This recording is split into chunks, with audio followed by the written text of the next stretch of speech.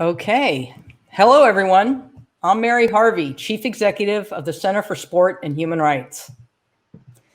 And I'm happy to welcome all of you to this discussion on athlete activism and freedom of expression. We're thrilled to have participants from all over the world joining us today, including many representatives of sports bodies, as well as current and former athletes. Today, we're exploring freedom of expression, a core human right and an enabling human right, and how it fits into the current context of growing athlete activism.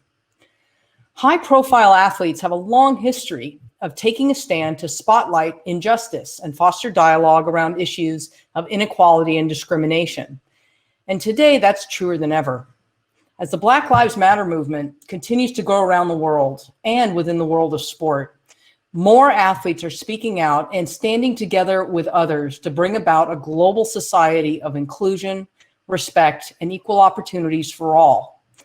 We're also seeing increased on-field expressions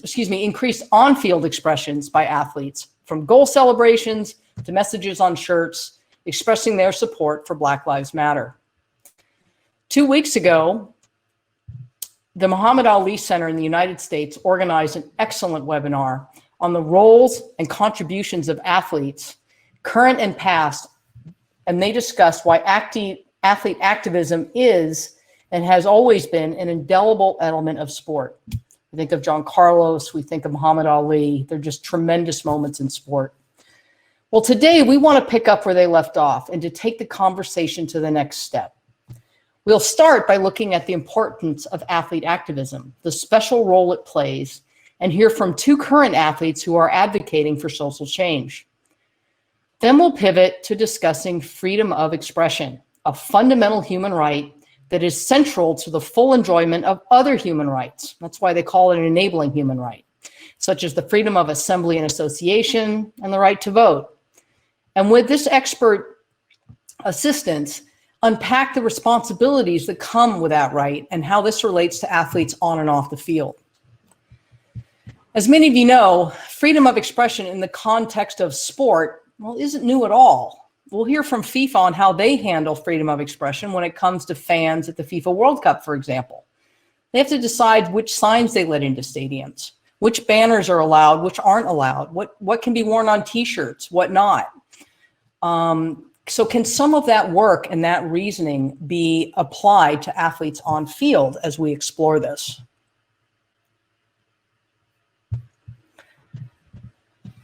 We'll also hear from Commonwealth Sport about its recent decision that it will not ban or punish any athlete at the next Commonwealth Games who elects to take a knee in support of the Black Lives Matter movement.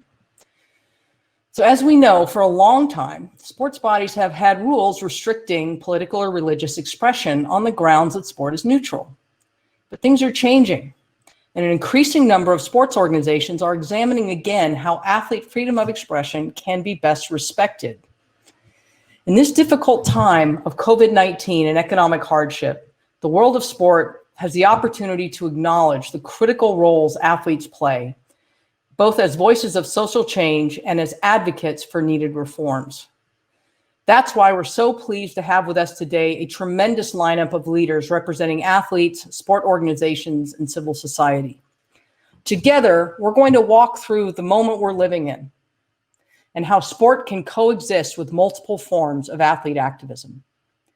I'd like to now introduce our lineup of speakers today, starting with the athletes themselves. We always start with the athletes. Renee Montgomery, basketball player, Atlanta Dream, Women's National Basketball Association. Anita Asante, football player, Aston Villa in the Women's Super League in England. And then moving to the world of human rights, we'll then hear from Marisa Luisa Stasi, Senior Legal Advisor with Article 19, an NGO focused on freedom of expression. She will walk us through freedom of expression, what it is, and under what circumstances it may be responsibly curtailed, and under what conditions. Then we'll move back to the world of sport and hearing from sports bodies. We'll start with Andreas Graff, Human Rights Manager at FIFA, and then David Grevenberg, CEO of Commonwealth Sport. So before we get going, just a few instructions. We are recording the webinar, and you will be able to watch a replay soon after the webinar has finished. Please leave your questions under the questions tab. We will read them all and put some to the guests towards the end of the webinar, so there will be an opportunity to take questions. The webinar will last 75 minutes, and I would like to open the floor for questions from participants and kindly ask the speakers to be brief. So with that, I would like to kick off. I'd like to introduce Renee Montgomery. Renee won national championships with the University of Connecticut Yukon Huskies in 2009 and with the Minnesota Lynx in 2015 and 2017. She has been named a WNBA All-Star as well as 6th Woman of the Year during her WNBA tenure. She's now playing with the Atlanta Dream and announced last month that when the WNBA season restarts, she won't be there as she wants to seize this time to fight systemic racism and social injustice. Renee, welcome. It's great to have you. Thank you for having me. Okay, so let's start with, through an editorial in the Players Tribune, you announced that when the WNBA season restarts, you won't be there as you want to seize this time to fight for social change and to combat injustices. Can you tell us a little bit about what the motivation was behind your decision? Yeah, the motivation was that there were a string of tragedies that happened in a row. Breonna Taylor, Ahmaud Arbery, George Floyd, and I was affected the same way everyone else was affected. I think anyone that watched any of those murders, it affects you. It does something to you. And for me, it just, I couldn't get it out of my brain. And I kept thinking about, well, what can I do? I have a platform. What can I do? And I just knew that I wanted to do something. I didn't know what that something was when I first opted out. Now I have more of an idea that I'm going into education reform, but I knew I wanted to do something. And so I just decided to opt out and see how much I could get done in this time period. Okay, terrific. How did your teammates react to your decision, or the league? Yeah, surprisingly, everyone took it really well. I don't think anyone was surprised. If you watched my interviews before I announced that I was opting out, if you heard me talk beforehand, everything I talked about was the moment, the movement, what's happening right now. I was talking about, at that time, I was talking about a Juneteenth pop-up block party that I was doing with my foundation. And so everybody that talked to me when I said it, they kind of was like, yeah, I knew this was coming. And I was like, really? I was surprised that they knew, but a lot of people said that they're not surprised and that they support me. That's terrific. So let's talk about the league for a minute, right? Because we're looking at sports bodies, and what can the WNBA and other leagues do to support players who choose to take a stand, either by sitting out or by doing some sort of on-field or, in arena protest? I think doing exactly what, I've seen the NBA and WNBA have been leading by example. The WNBA, the players all have Breonna Taylor's name on their jerseys, their actual jerseys. The NBA has Black Lives Matter on the court. They have different sayings on the back of their jerseys. So, and to take it a step further, I was on a panel with Commissioner Adam Silver, and he was saying how they're also going to use vendors that have the same mindset they have. They want to make sure all of their owners are on the same page as the league is. So the NBA is really making sure that full circle, everyone is with this movement going forward. So to me, as a player that's sitting out to try to advance the movement, that's exciting, because that's exactly what I'm trying to do, just propel the movement and keep it going. Terrific. So why is, and this was the Muhammad Ali webinar that went on. Were you part of that? I think you were part of it, were you not? The Muhammad Ali event? No, I wasn't a part of that. Okay. But that event really unpacked sort of the history of and importance of athlete activism. Why do you feel athlete activism is so important? Why do we need to protect it and preserve it? Because, whenever there's sports is supposed to be the level playing field.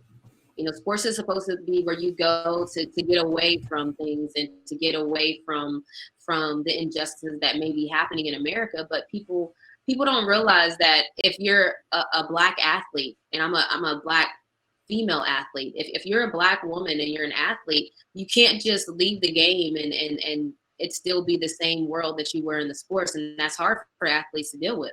That's hard that we're treated one way when we're athletes, but in society we're treated a different way. And I think that people don't see how hard that is for athletes, but that's why it's been at the intersection of sports since the beginning, because of those two dynamics. We're one person while we're playing and another person when we're not. So I love when people unpack that and go through the history, because that's, if you understand the history, you understand why you can't separate the two, the athlete and the person. Yep. So important. So thank you, Renee. Let's move across the Atlantic to England and Anita Asante. Anita competed in the Champions League, several European championships, and the FIFA Women's World Cup, and in the Olympic Games in 2012. She's also a member of the FIFA Pro Global Player Council and ambassador for Amnesty International, using her platform to amplify and inspire more and more people to join the fight for human rights. Anita, welcome. We're really excited to have you here. Yeah, I'm glad to be here, Mary. Thank you. Yeah. So more and more, building off of what Renee just said, more and more athletes are using sport and the field or the arena as a platform to highlight societal issues. And we've seen that in the U.S. Certainly, the examples of the WNBA, the NBA. We're seeing it now with the Women's Pro League, the NWSL, and T-shirts. But this time, somehow, we're seeing it outside the United States as well now. We're seeing it in the Bundesliga. We're seeing it in other forms. Why? Why now? What's different this time?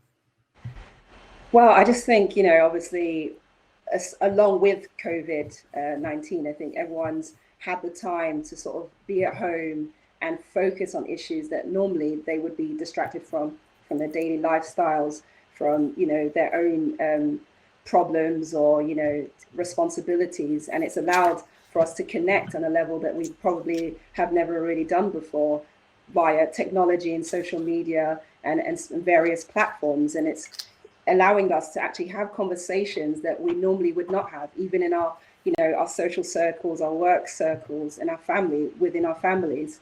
And it's just shedding light on, an issue that affects everybody actually globally. It's not just localized in one area.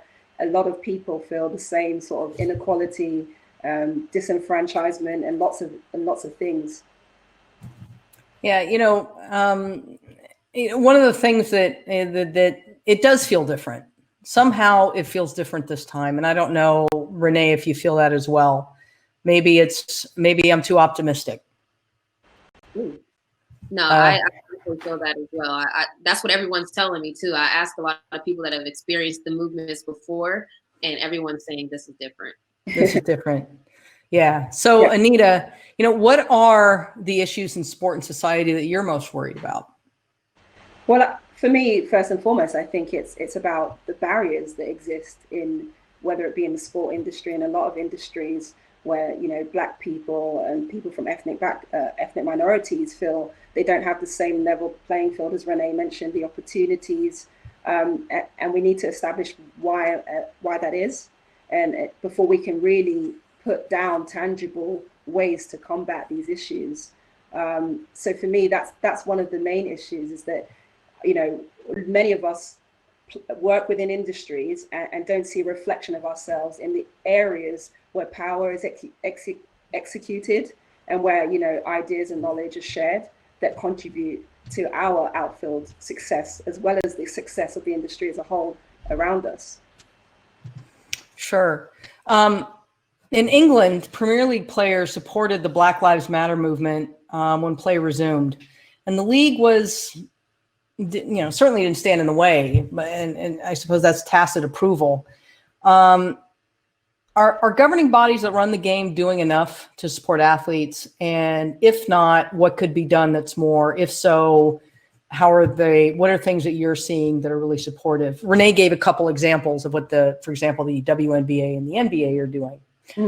But, what do you feel are opportunities that sports bodies have to really be supportive of athlete activism?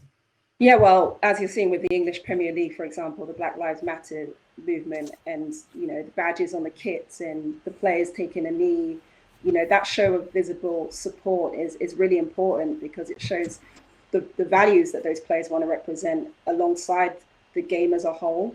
And I think in a way that kind of helps propel some pressure on the governing bodies around the sport to try and look and tackle these issues, and also to try to reform policies that will empower players to be able to take a stand, so that there aren't those regulations that actually stop them from being able to do that, or if not punish them for taking a stand. So those are some of the areas that you're starting to see a transition, and I know those conversations are definitely happening at the higher ups with the FIFA and UEFA and those types of bodies. But it's really important because players are also understanding the power and the platform they have and the audience they have, and that is, in one sense, allowing pressure to sort of build. And as Renee mentioned, it's not just about the clubs themselves, but the stakeholders they interact with also, have to have the shared values if they're going to work within this global sort of sport economy. Sure. I mean, one of the things that I think is, there are different forms of where this manifests itself, but, particularly in different parts of Europe, and particularly in the sport of football, so the sport that Anita and I come from, we're seeing evidence of racial abuse of athletes from fans. And I'm trying to figure out a workplace situation where you would go to work, and you'd walk into your workplace and have people racially abuse you, and then people have an issue or try to regulate somehow your response to that. So it looks at a couple different things, right? There's a lot to unpack here when it comes to athlete activism. One could be the world around them, and one could be just on-field treatment. Go ahead, Anita. Yeah, absolutely. And I think with the point you just mentioned there, in terms of policy around athletes who experience racial abuse on the field, that's also something that athletes themselves are continually having discussions about, because our belief is that the 3-step protocol is not good enough, actually, because it places onus on the victim, to take the punches. It's not about the person distributing that level of abuse. Why should any player have to endure three opportunities for someone to have a pop at them, for example, before anyone intervenes? And also, empowering players on the pitch to take action, whether that be holding the ball, walking off the pitch, whatever it is, to stop the field of play. And unfortunately, the feeling is that it takes affecting the economy of the game somehow for real actions to take place. So, that's one of the major challenges, actually, in football, as I'm sure in many sports. Yeah. Renee, coming back to you, what do you hope to accomplish in your year off? A lot of people are asking me, how will I know it's worth it? And, I have a voters registration camp coming up called Remember the 3rd of November.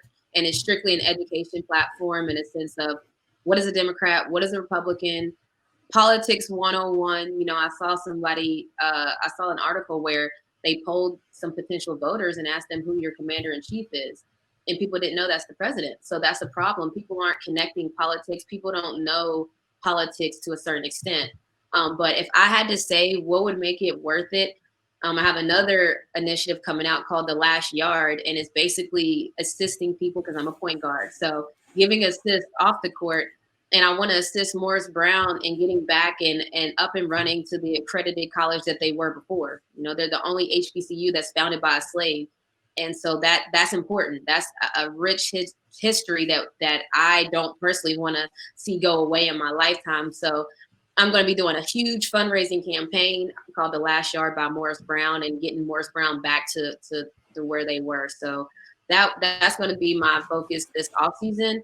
And I guess that'll be my championship. If we get Morris Brown back up and running, that'll be my championship. Terrific. Well, that's great. Well, thank you both. We're going to now pivot from athletes. And we've been talking a lot about Black Lives Matter, right? Because it's happening all around us. But the core of this issue when it comes to, whether or not there are limits on it in the context of sport, and whether or not it's appropriate, should you be sanctioned, not sanctioned, are you allowed to say this, gets into freedom of expression. And freedom of expression is all of it. So, so let's pivot to talk about the world of human rights and to the fundamental and enabling right that all of us, by virtue of the fact that we live and breathe on this planet, have the right to freedom of expression. So with us is Maria Luisa Stasi from Article 19. Article 19 is a human rights organization with a specific mandate and focus on the defense and promotion of freedom of expression and freedom of information worldwide. So Isa is the senior legal officer and contributes to the development of the organization's policies on infrastructure, competition, and the regulatory framework for telecoms, internet providers, and other service providers. And now I'm asking her to stretch a little bit, and we're going to talk about freedom of expression, but then we're going to talk about it in the context of sport, which is a sector perhaps is a little different. Maybe not. We'll see. So with that, Isa, first of all, thank you for coming. Freedom of expression is an enabling right, so upon which many other human rights and freedoms depend. But in this case where you might be considering limiting a fundamental human right, such as freedom of expression, is there guidance can be applied, such as the legitimacy of why you would seek to limit it, or necessity of it, or proportionality? And these are concepts that we talk about, I think, in the human rights world, when you talk about under what circumstances would you limit a fundamental human right like freedom of expression. Could you walk us through that a little bit? Yeah, well, I can try, definitely. First of all, I wanted to thank you for being here. It's a very, very interesting discussion, and it's so nice to hear from different perspectives, especially perspectives on the ground. So what I'm going to try to do is to help put this into the international framework and see how and if we can seek guidance on putting this in context and make it concrete. I need to do a little bit of a premise because when we talk about free expression, it's really, really important that we do understand that expression covers everything. So it covers also potentially offensive expression, disturbing, shocking opinions, divergent hate speech. Certain forms of hate speech, definitely. Yep. So not all hate speech is illegal hate speech. It needs to go after certain thresholds. Otherwise, the simple fact that I state something which might sound discriminatory to some people, it doesn't necessarily amount to something illegal that must be prohibited or censored. So yeah, when we talk about free expression, we take the whole package, right? And that's why another important premise is that it's not an absolute right. As you rightly said, it enables other rights, but it's also conflict with other rights sometimes. It can conflict with privacy, it can conflict with the right of reputation of others. So what we need to do in those cases, when we think about limiting free expression, it's a balancing exercise between these freedom and other freedoms, other rights, or other public policy objectives. Now, the balancing exercise reflects the context where we are historically, from a cultural, social perspective, etc. So that's why I think that this is a very great moment to think about this balancing exercise in the sport environment, because I follow what Anita rightly said, which is there is a momentum now. We are in a transition. This is pretty obvious. It's clear to everyone. So maybe we can take advantage of this transition and reflect upon this balancing exercise and see whether we come out to a different position. So it is possible to limit free expression, and the international law and international standards, they provide clear guidance on that. You mentioned the legitimacy, the necessity and proportionality. So the idea, and what I guess sports federation should try to focus on, is why you need to limit a fundamental right of our athletes. So what's the aim you want to achieve, and is this aim legitimate? We can have different circumstances and different situations. The international framework, and in particular Article 19 of the International Covenant on Civil and Political Rights, I mentioned this because it's very much the guideline. The standards are there. It provides a list of reasons why you might want to limit such a fundamental right as free expression. And it calls upon the rights and reputation of others, but also national security, public order, and public health, for example. So those are legitimate grounds. But even if and when we do see one of those grounds as a legitimate aim for a restriction, the restriction needs to be shaped and modulated in a way that we need to ask ourselves, is this really necessary? So it is really necessary, the specific measure and the specific limit that we want to put in place. And is this proportionate to the kind of aim that we want to achieve? Because the idea is to try to limit the freedom of expression the less possible, the least possible, to have the less invasive measure possible to achieve that result. So proportionality is really much a key issue where we get into the concreteness of shaping a new policy. Now, I'm talking about policy because here we are focusing on what private actors can do. Of course, the international standards, they refer to states as well, and there it needs to be into a legal framework.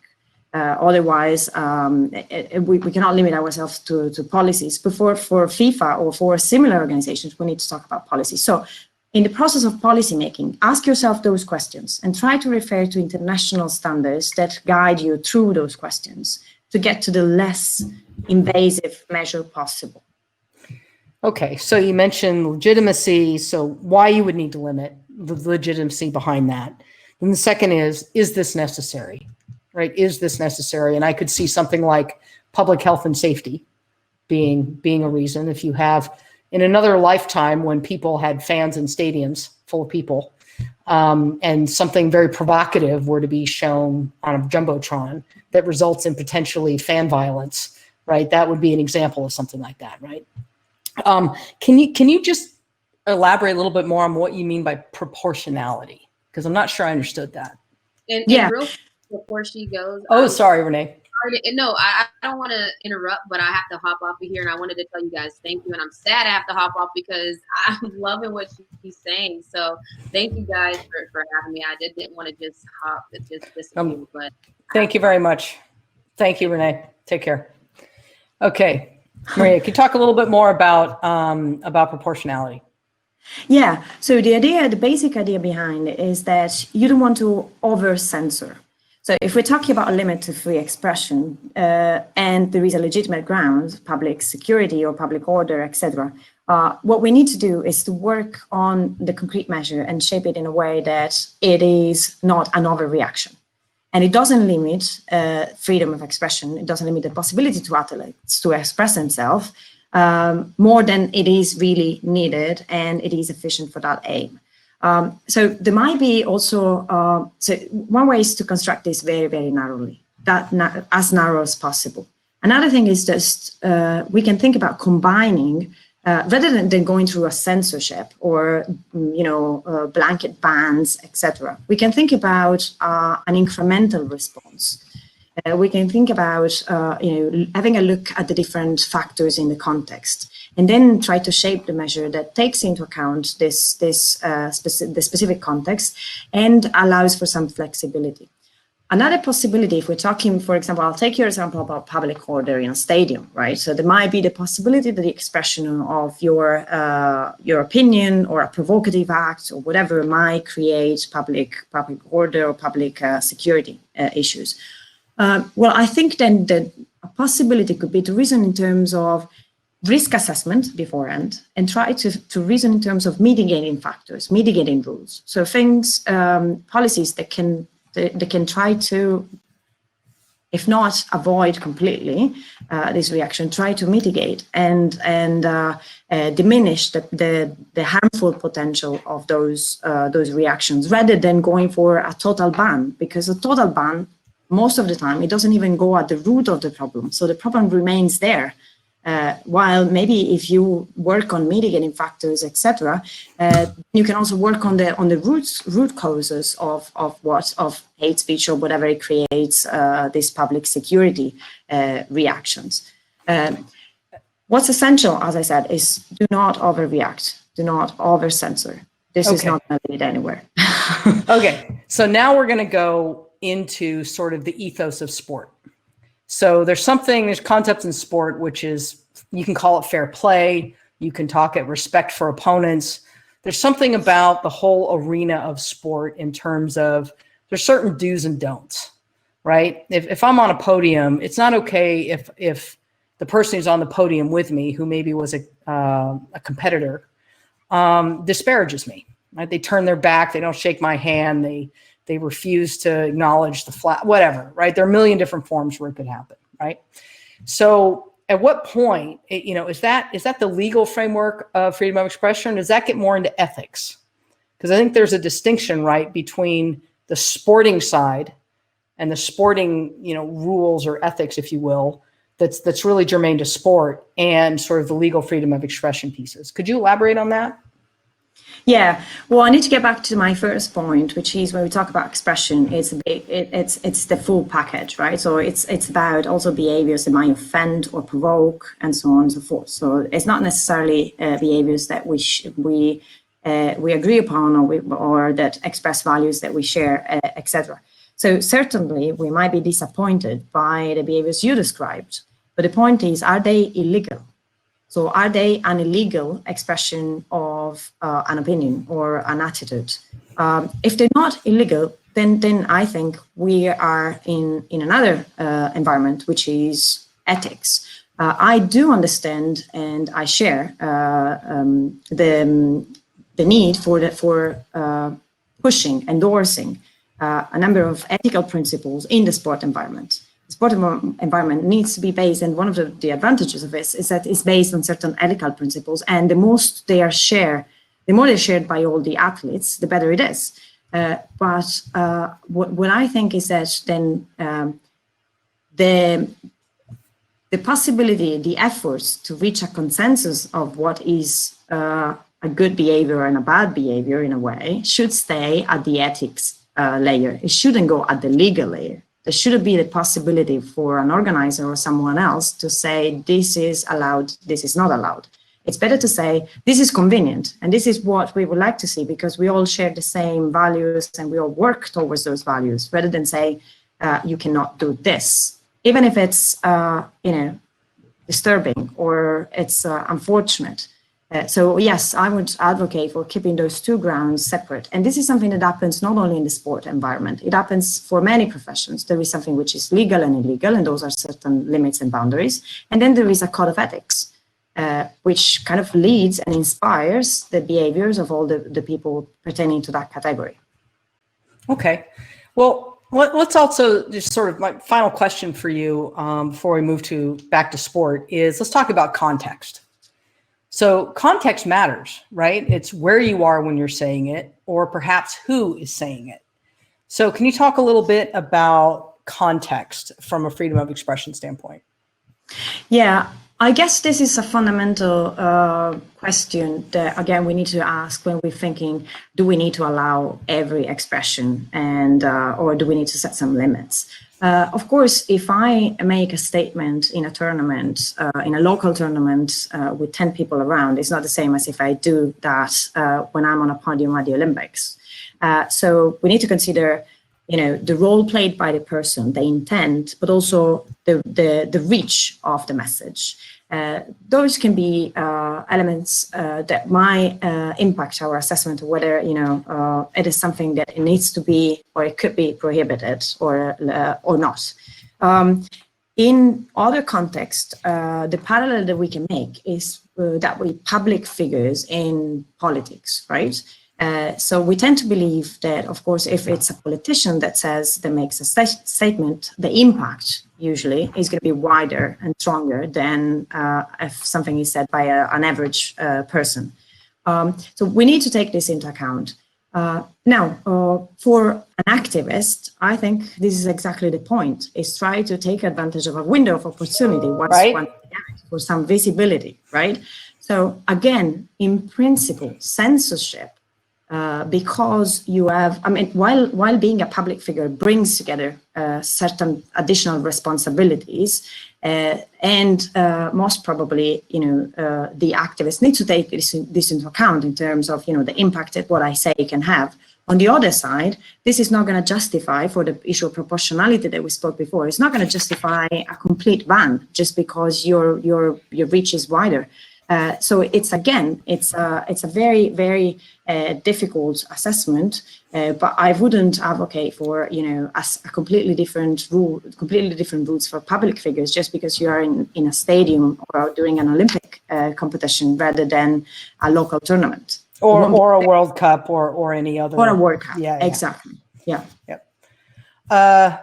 Okay, fantastic, thank you. So we're now going to move over to, we're going to move back to sport. So we sort of started with athletes, we moved to freedom of expression, and now we're going back to sport and FIFA.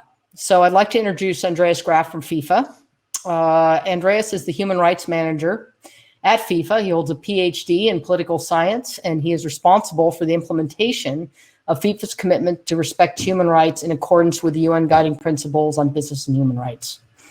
So Andreas, you've been on the sharp end of this. So you have experience, particularly, let's just give a very vivid example. It's the World Cup, the last World Cup we had, Russia, 2018. And you had to pick apart freedom of expression at the tournaments. Tell us about how you did this work. And if you can connect it to what has already been said, perhaps by Isa, that'd be helpful. Sure, thank you. Thank you very much. Thanks, Mary, for the invitation to this webinar. It's great to be here. Yeah, happy to share some thoughts on the question related to fans. I mean, the starting point from my perspective has to be that football should be a celebration of humanity. And as part of that, the rights of players to express themselves is quite fundamental. As for FIFA, is also expressed in FIFA's human rights policy. Now, as we heard before, I mean, there are some legitimate limitations to freedom of expression. In terms of the fans, and in the context of football, there are some regulations that ban certain fan behavior considered to be inappropriate in stadiums. Amongst other things, this includes the display of discriminatory or political messages as examples of what is seen as inappropriate behavior of fans, which then operationally raises the question of how to define a message of a political nature in a particular case. So the approach FIFA has taken over the past years with respect to fans is to understand political messages in a rather narrow sense. This means messages that relate to particular persons, political parties, or particular events.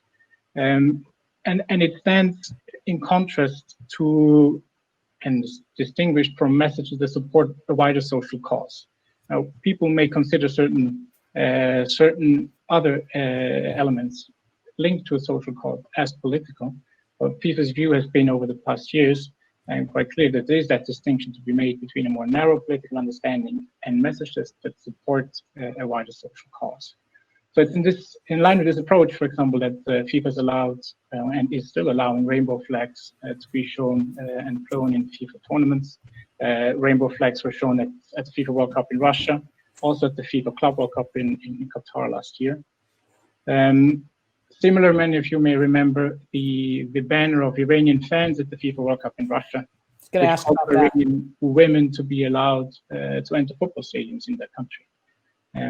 Again, I mean, FIFA decided to allow the banner and was quite supportive of those fans showing that banner in the stadium, and communicated publicly that it does not consider the call of women to be allowed to watch football as a political message, but rather as a wider social cause, and in essence, also simply common sense. So these are principles and examples that when it comes to fans at FIFA tournaments that are included in relevant internal procedures, in trainings with, for example, security guards and stewards, we need to make that judgment call at the entry of the gate when it's about allowing or not allowing a particular banner to enter the stadium. And then, of course, possible queries then are assessed on a case-by-case basis by the independent bodies of FIFA, in this case, the FIFA Disciplinary Committee. Okay, can you give an example? I don't want to put you on the spot. Is there an example that you could give so people are really concrete? So yes to the banner on the Iranian women because it's a broader social good.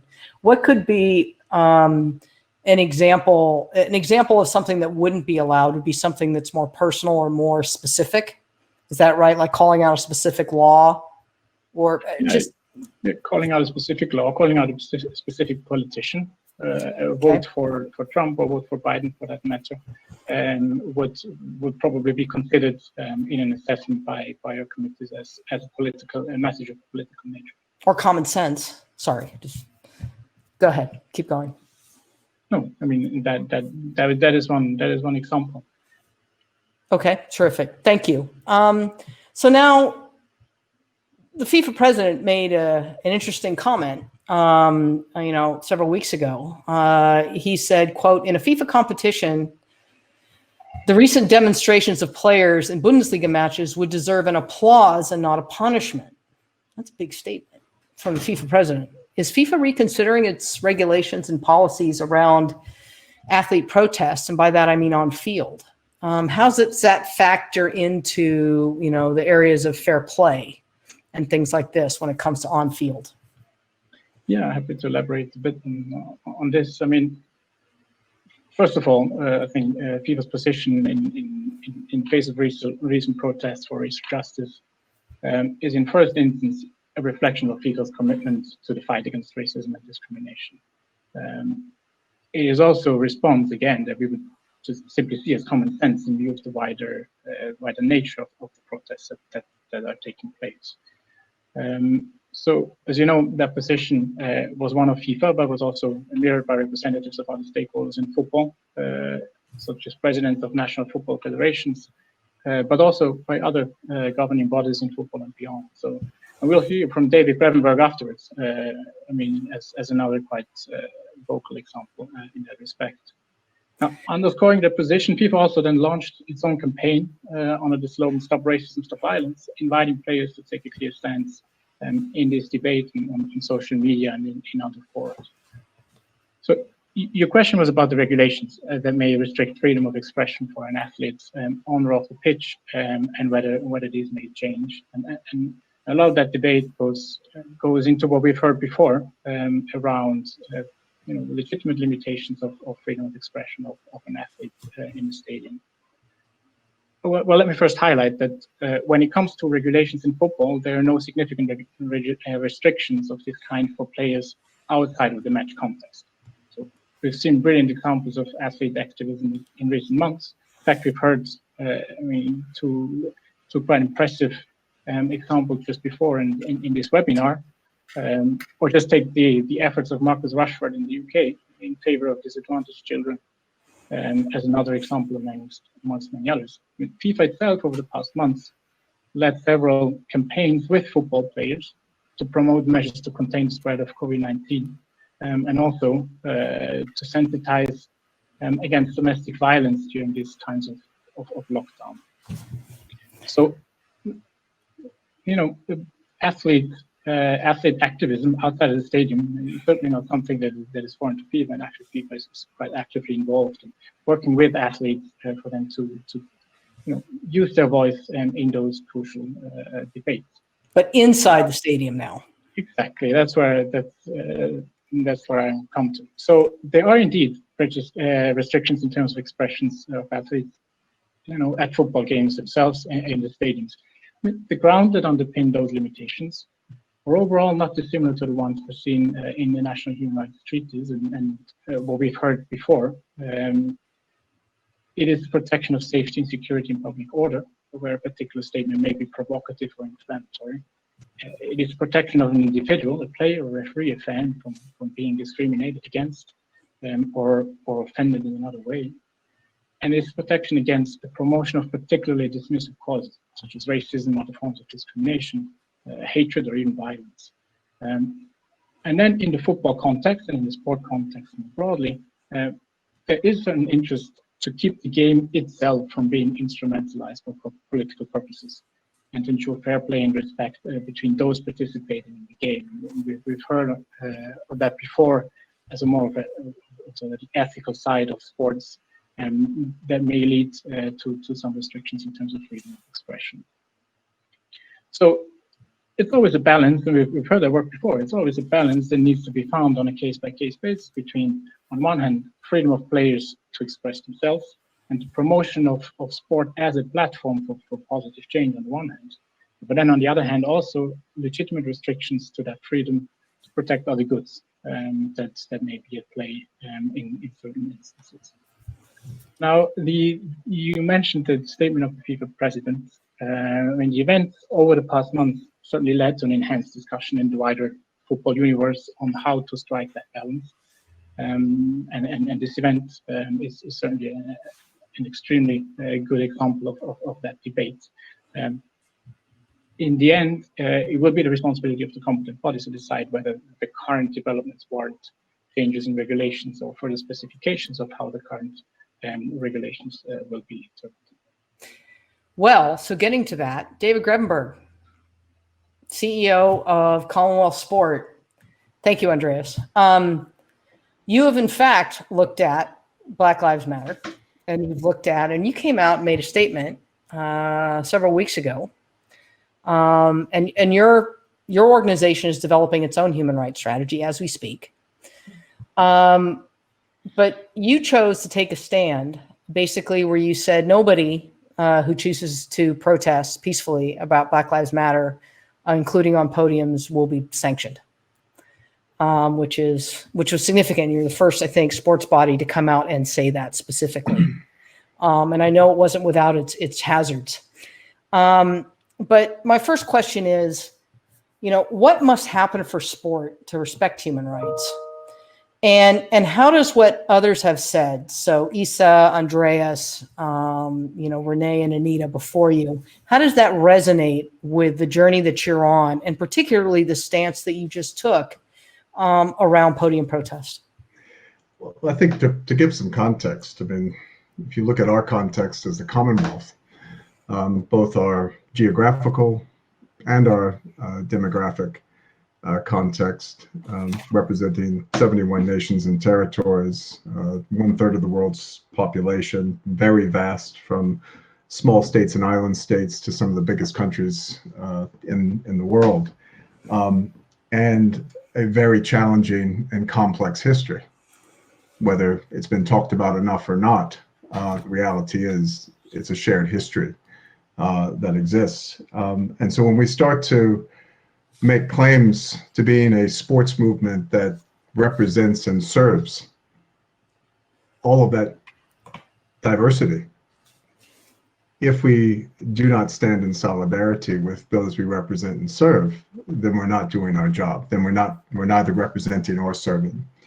And when you really look at the notion, protest is one aspect of making a difference or invoking social change. You also have the expression of your identity. You have the expression of your belonging. You have advocacy, formal advocacy, and activism, and protest. And so, anyone, you could put the question mark behind the picture of Kathy Freeman in 1994 when she wrapped the Aboriginal flag around her, draped with the Australian flag, and ask yourself, is that Kathy's identity? Is it her sense of belonging to both Australia and her Aboriginal people? Is it advocating for change? Is it an activism moment, or is it just blatant protest? It's all of the above. And so I think, there's been enough, discussion in terms of finding the lines between politicizing an issue and humanizing an issue. If a movement truly can represent the values it seeks to protect, the values it seeks to promote, and the values it seeks to live, then it shouldn't be afraid of the conversations that may come through that. And actually, if the very presence of being involved with the games that represents these values of humanity, equality, destiny, in the case of the Commonwealth sports movement, and seeking to have impact in our vision to make our communities more peaceful, more sustainable, and more prosperous, then our actions in the lead up to that moment, and in the celebration, the commemoration, and the acknowledgement of everything that we are, the good, the great, the bad, the ugly, we shouldn't be afraid of people representing those values. And so I think our challenge to our community and our family is to both, as individuals, as a collective, as an institution, is to really gain some sense of alignment and use the platforms that we create, whether that's on the field of play, around the city, or around the world, to really make the difference we seek to make. And that's, has been articulated in many ways in Transformation 2022. Now, if we're strictly looking at protest and the notion of protest, I think that's one aspect. I mean, peaceful protest. We've had a long discussion on peaceful protest. Every Commonwealth Games, there have been areas where people have been both encouraged and given prominent position to express their views, whether popular or unpopular, whether common or uncommon. Right in front of I remember in Glasgow, right in front of our stadium in the opening ceremonies, we had protests around Indigenous rights and Aboriginal truth and reconciliation in Australia, even with the efforts that we had taken to shift the dial on a reconciliation action plan. That's part of people's freedom of expression. And so those elements are certainly, part of the conversation, but, athlete representation and athlete voice, if we're going to be claimed to be athlete-centered, and we need to help athletes use their voice and use their platform. Okay. So we're going to open Pandora's box a little bit. So I'm going to be a little bit provocative. But, Black Lives Matter, as much as Colin Kaepernick suffered and others, it's almost like, there's almost today with what's happening, acceptance. God, I hope there is around this form of protest. Where does it go from there, though? What do you say yes to, and what do you say no to? And this is tough, right? And what advice do you have from a human rights standpoint of, as a sports governing body, how do you pick through? Well, I think if we look at, I think Andreas, rightfully said that, issues around hate and discrimination, things that are disparaging to individuals, things that promote a political party. I was quoted years ago saying, our efforts around the acknowledgement of the Rwandan genocide and allowing Rwanda to have a moment of commemoration on a UN recognized day during our games in agreement with one of the teams that they were playing was, people said, why are you politicizing sport? And I said, no, we're humanizing it. I think it really is contextually, depending on your movement, depending on the values you look to uphold, you need to be able to make those judgment calls and those decisions. And guess what? You may not get it right all the time, but we are certainly on a learning curve right now. And it's just that the world is so much more connected. It's better connected and better informed than ever before. And I think as a result, we have to respond to that and be more agile. And I think drawing the line on certain things it can be sometimes contextual, and it can also be a sign of the times.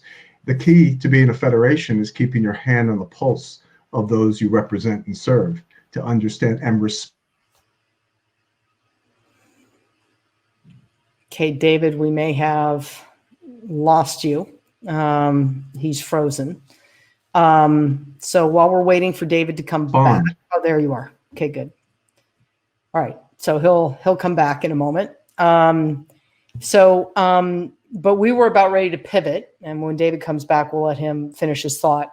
We were about to open to questions, and I've had my team in the background sort of taking all of the comments that have come in, and there are many of them, and sort of converting them into sort of four main areas that we're seeing. David, sorry we lost you there. I'm sorry. It's probably my connection. So Okay. apologies. So we were just pivoting to, and I was asking, did you want to finish your thought, your last sentence, just to make sure we got it? I'm happy to jump into questions if that's easier. Just to, Okay. All right. Brevity has never been my strong point. So. All right. Well, me neither. The first question, and maybe Anita, I'll pose this to you. How can we engage youth in sport activism? So, there's athletes coming up today who are young athletes and coming in, and they're trying to understand their voice and how to use their voice. So any thoughts you have, best practice you've seen, any sort of actions that different bodies are cultivating? Could you talk to that? Yeah, I mean, that's a very good question. I think the most important thing is to encourage young athletes to share and talk about their experiences within the sport that they participate in, and sort of empower them to have a voice. And by that, you have to build self-esteem and confidence within young people in general. And I think what I can attest to, especially in the women's game, which is still on this, growing journey, archiving of sport, archiving our game, archiving the many different walks of life that players have come from within the game, helps that ability for players to also speak up on issues within their own platforms, because if you don't know about what has existed as well in your history of your sport and the context, you don't really know where it's going or how maybe to pose these questions and issues in terms of representation, for example, in the game. But yeah, I think the most important part of it is inclusivity and providing a safe space and environment within that club or that institution that allows for these conversations to happen, or for people to be able to express their views. Okay, quick follow-up question. And I ask this all the time, right? Megan Rapinoe, right? Famous for standing with Colin Kaepernick. So a white woman versus male. So how can we engage? So the question that's come from the audience is, how can we engage athletes holding privileged identities? So that could be white, straight, able-bodied, so on and so forth, in activism. Yeah, these are very good questions. And I think often it comes down to the individual's will and confidence and ability to speak up on an issue. And that's not something that you can always enforce upon people. But I think the more often we have these opinions and we share them within our club environments, for example, in my team, if we're able to have these conversations, I'm more likely to pull along allies along this journey with me in terms of my teammates who might therefore be good advocates for these social issues off and on the pitch. So on the pitch, if I was, for example, to experience some form of abuse, I would hope that my teammates that don't share my background would be the ones to get around me, support me, and make sure that we have a collective impact and understand that all of us together is more important than one individual standing alone. Yeah, and you're starting to see that with players coming together with shirts and things like this. Isa, question for you. I think anybody can answer it, but I'm gonna give you the first crack at it. How would you link? We've talked a lot about athlete voice regarding, in this case, racial justice, racism, Black Lives Matter. How would you link that to another important issue? So another big issue in sport involves abuse of athletes. We're seeing it all over the place. We're seeing South Korea triathlete commit suicide. We're seeing sexual abuse cases all over the place. And so, as we look at communicating, right, there's one thing about Black Lives Matter, but there's something else about, ending allowing abuse or not stopping abuse, I should say. How do you see that fitting within, if you think about athlete protest and freedom of expression? What are your thoughts on that?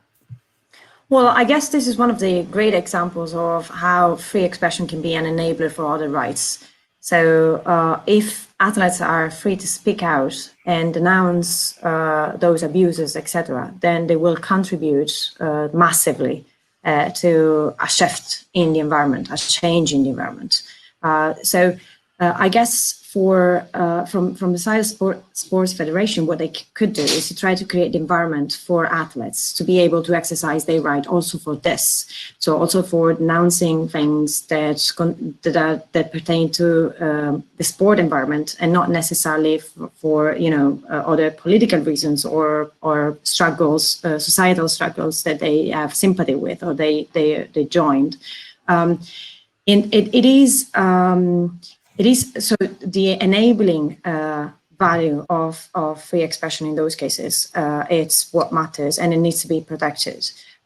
It also, I guess it is in this case. It also creates that condition for certain accountability.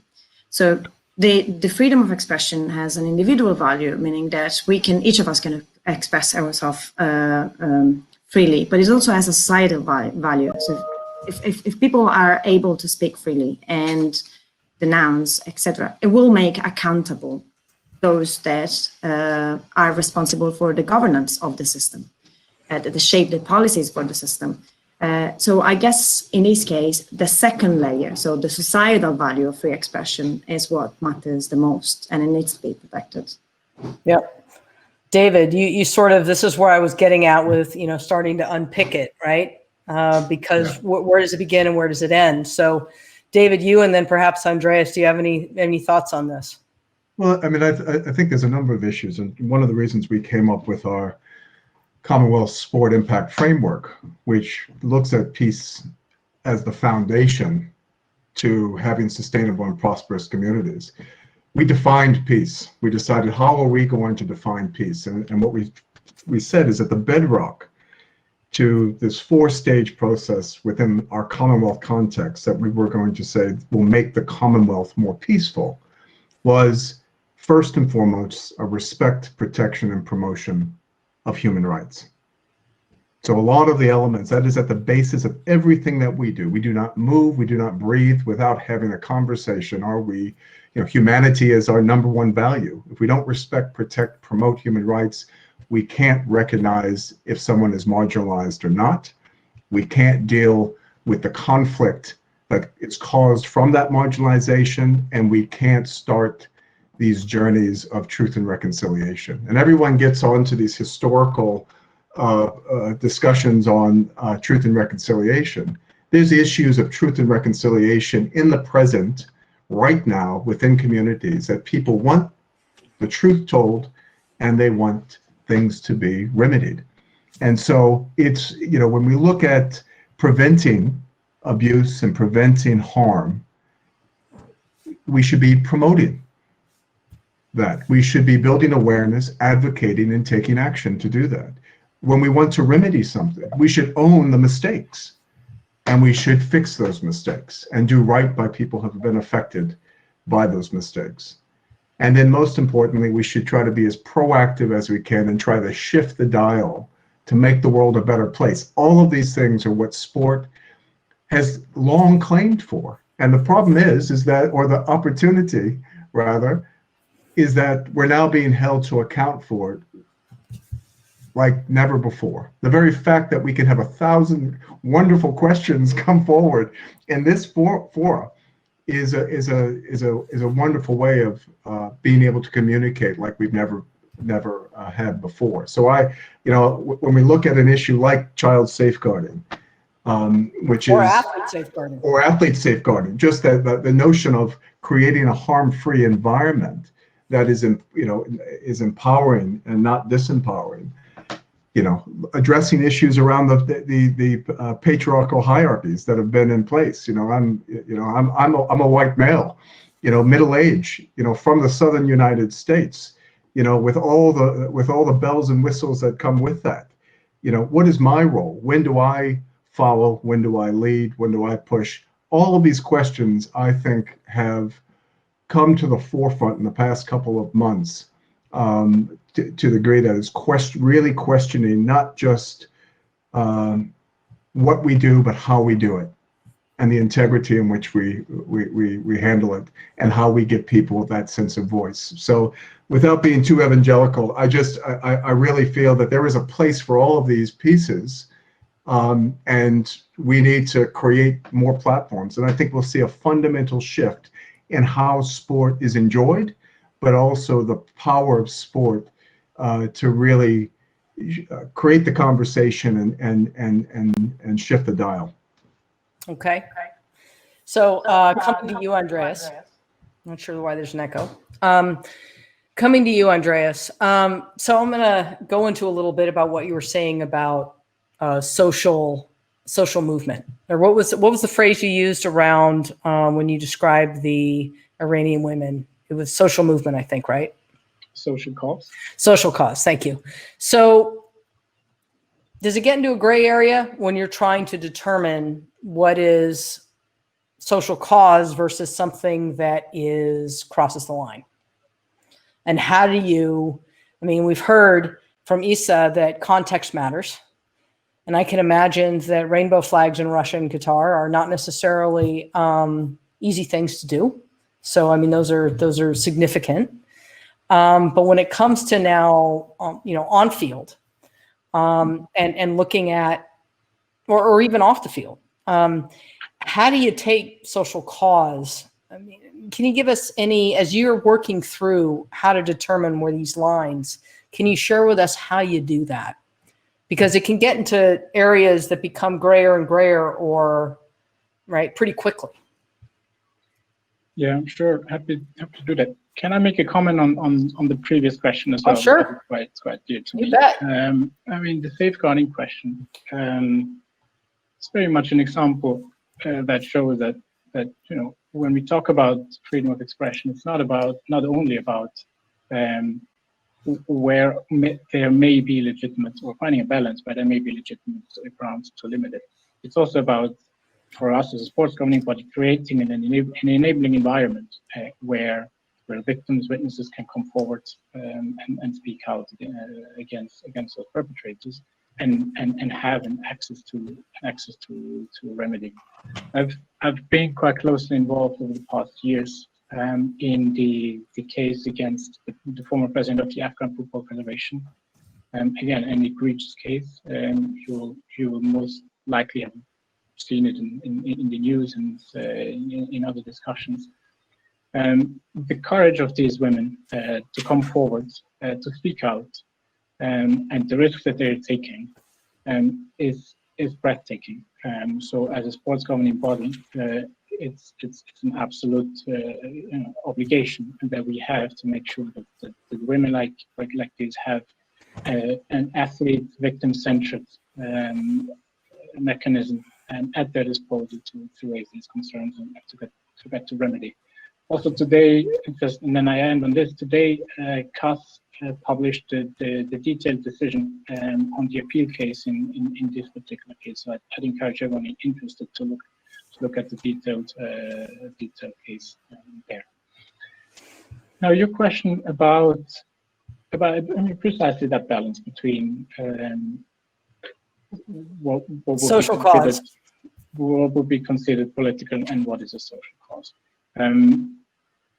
First of all, it is a case-by-case decision that has. So you can sort of, I think, easily agree on what is clearly political and what is a main social cause. I think that's where people will find, or most people will find agreement, and then there's the gray zone in the middle. For us, it's really the independent bodies that then need to decide on where one or the other falls. In accordance with our human rights policy, every body or official of FIFA has to take into account FIFA's human rights commitments, including when interpreting other FIFA rules. So the discussion around legitimacy, necessity, proportionality has to be factored in these decisions. But I'm not going to say that these are easy. These are easy calls to decide on where a particular case falls on a case-by-case basis between those two. But because you have a human rights policy, so I mean, there's something to hang your hat on, right? If you're looking at, and David, I know you're working on this. And some of the work we do at the center is having the framework by which you can then say, okay, is this rights compliant?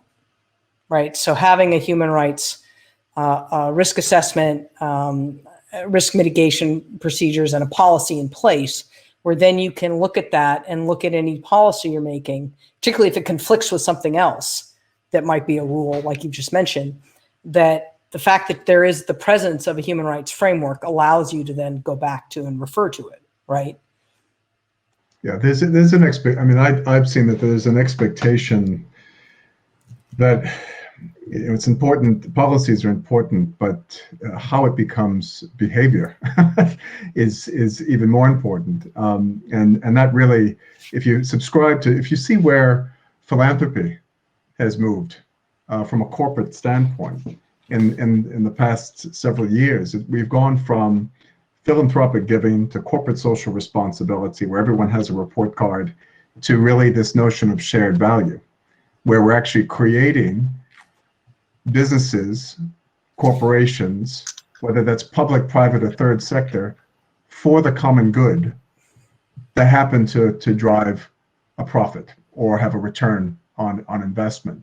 And that is something that is, I think, becoming more commonplace in sport. And I think sport is going to need to adjust the way that it is structured to be able to accommodate some of these notions. You know, I think that it has had a very controlled structure for a very long time, that franchise model of kind of a pyramid scheme, if you will, or that cascades down to the local level.